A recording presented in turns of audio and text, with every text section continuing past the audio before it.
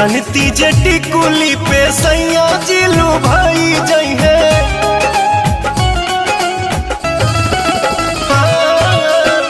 जनती जे टिकुली पे सैया जिलू भाई जई है। जनती जे टिकुली पे सैया जिलू भाई जई है। तो किस्म किस्म के हम लगौती छोटकी नदी रे। किस्म किस्म के हम लगौती छोटकी नदी रे। किस्म किस्म के हम लगौती।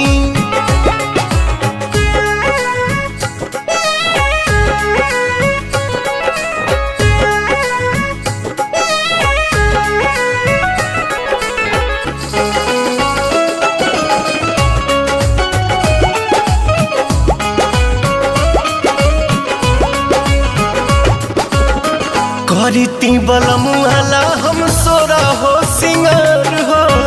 गरवा में डलती अपना सोनमा के हार हो। आहा करीती बलमुआला हम सोरा हो सिंगार हो।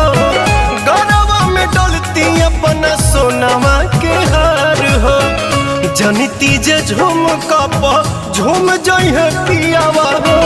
सोनरा से जाके बनवैती छोटकी नदी रे। सोनरा से जाके बनवैती।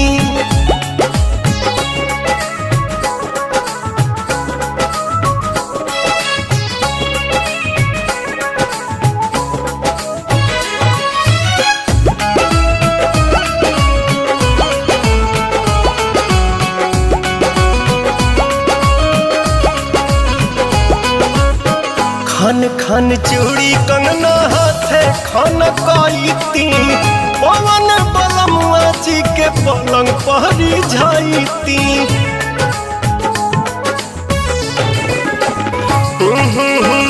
खन खन चूड़ी कंगना हाथे खन काईती। पवन बलमुआ जी के पलंग पहरी जाईती।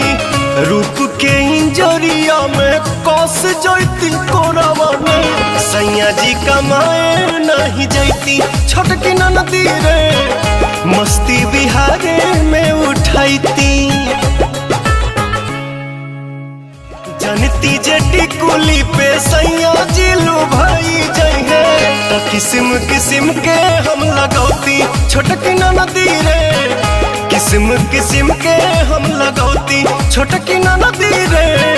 किस्म किस्म के हम लगौती।